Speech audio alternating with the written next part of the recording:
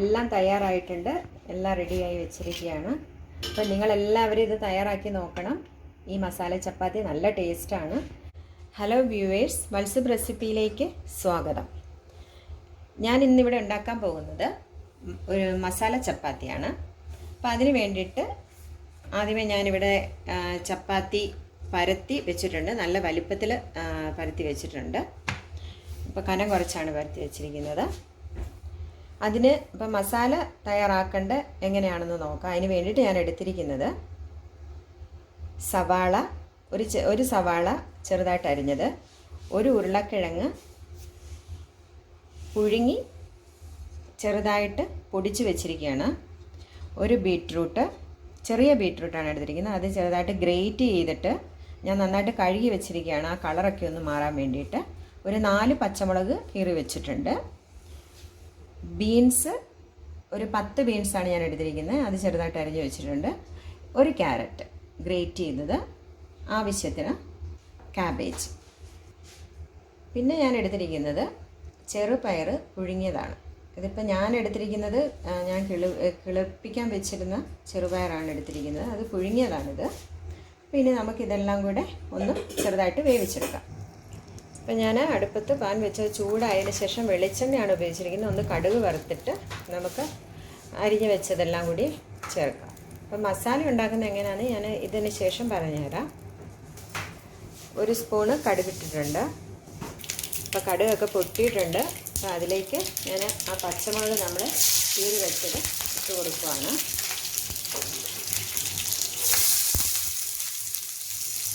സവാള,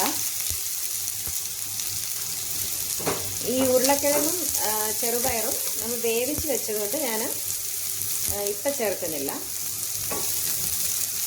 കറിവേപ്പില,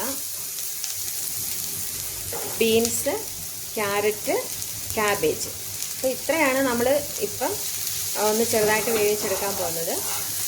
പിന്നെ ബീറ്റ്റൂട്ടും കൂടി ഇടണം.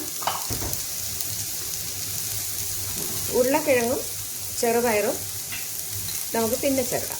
അപ്പം ആവശ്യത്തിന് പാകത്തിന് ഉപ്പ് ചേർക്കുക.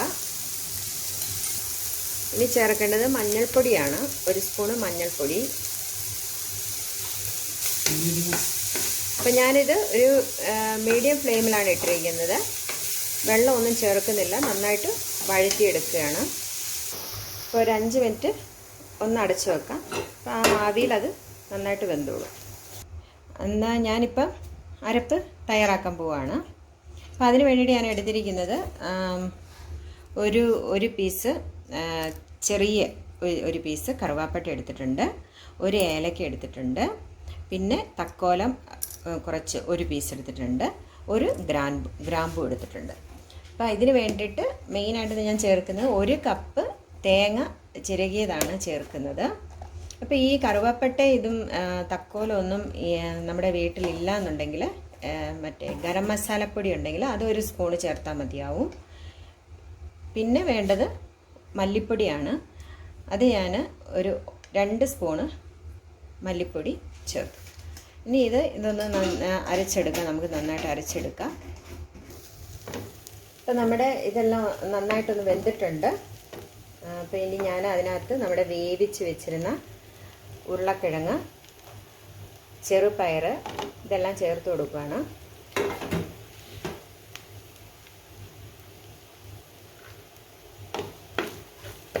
ഒന്ന് ഇളക്കി കൊടുക്കുക. കുറച്ച് മല്ലിയില ചേർത്ത് കൊടുക്കുക.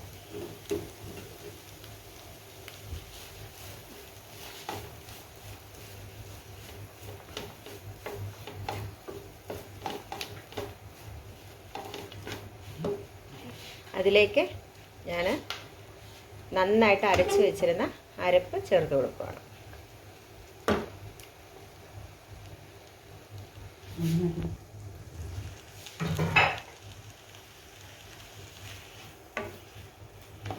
ഒന്ന് ഇളക്കുക. അരപ്പിനകത്ത് നമുക്ക് കുറച്ച് വെള്ളമുണ്ട്, ആവശ്യത്തിനുള്ള വെള്ളമുണ്ട്.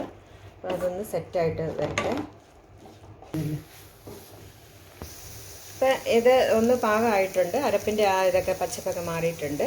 അപ്പോൾ ഞാൻ 1/2 ടീസ്പൂണ് കുരുമുളക് പൊടി ചേർത്ത് ഒന്ന് ഇളക്കിയിട്ട് നമുക്ക് വേറൊരു പാത്രത്തിലേക്ക് മാറ്റി വെക്കാം. അപ്പോൾ അതൊന്ന് നന്നായിട്ട് ഇളക്കിയിട്ട് തീ ഓഫ് ചെയ്യുക, വേറെ പാത്രത്തിലോട്ട് മാറ്റുക.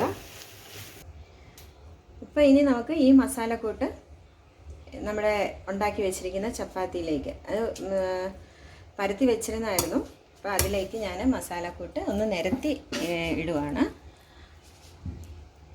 അപ്പോൾ നമ്മളിപ്പോൾ ഉണ്ടാക്കി വെച്ചിരിക്കുന്ന മസാലക്കൂട്ട് ഒരു 10 ചപ്പാത്തിയെങ്കിലും ഉണ്ടാക്കാനുള്ളതായിരുന്നു ഞാൻ ആദ്യം പറഞ്ഞത്.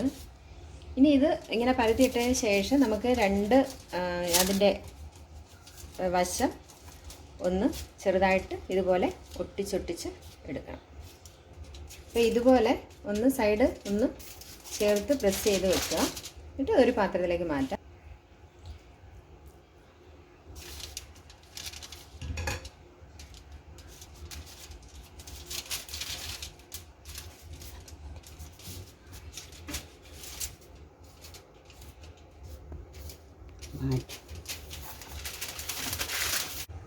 അപ്പോൾ ഈ പാനിലേക്ക് എണ്ണ ഒഴിച്ച് കൊടുക്കുകയാണ്. അപ്പോൾ ചെറിയ തീയിൽ വേണം ഇത് ചെയ്യാനായിട്ട്. അപ്പോൾ നമ്മളിപ്പോൾ തയ്യാറാക്കി വെച്ചിട്ടുണ്ട്, മസാലക്കൂട്ട് ചേർത്ത് ചപ്പാത്തി വെച്ചിട്ടുണ്ട്. അപ്പോൾ എണ്ണ ഒന്ന് ചൂടായതിന് ശേഷം നമുക്ക് ഓരോ ചപ്പാത്തി വീതം അല്ലെങ്കിൽ രണ്ടെണ്ണം വീതം നമുക്ക് ഒരുമിച്ച് തയ്യാറാക്കാം.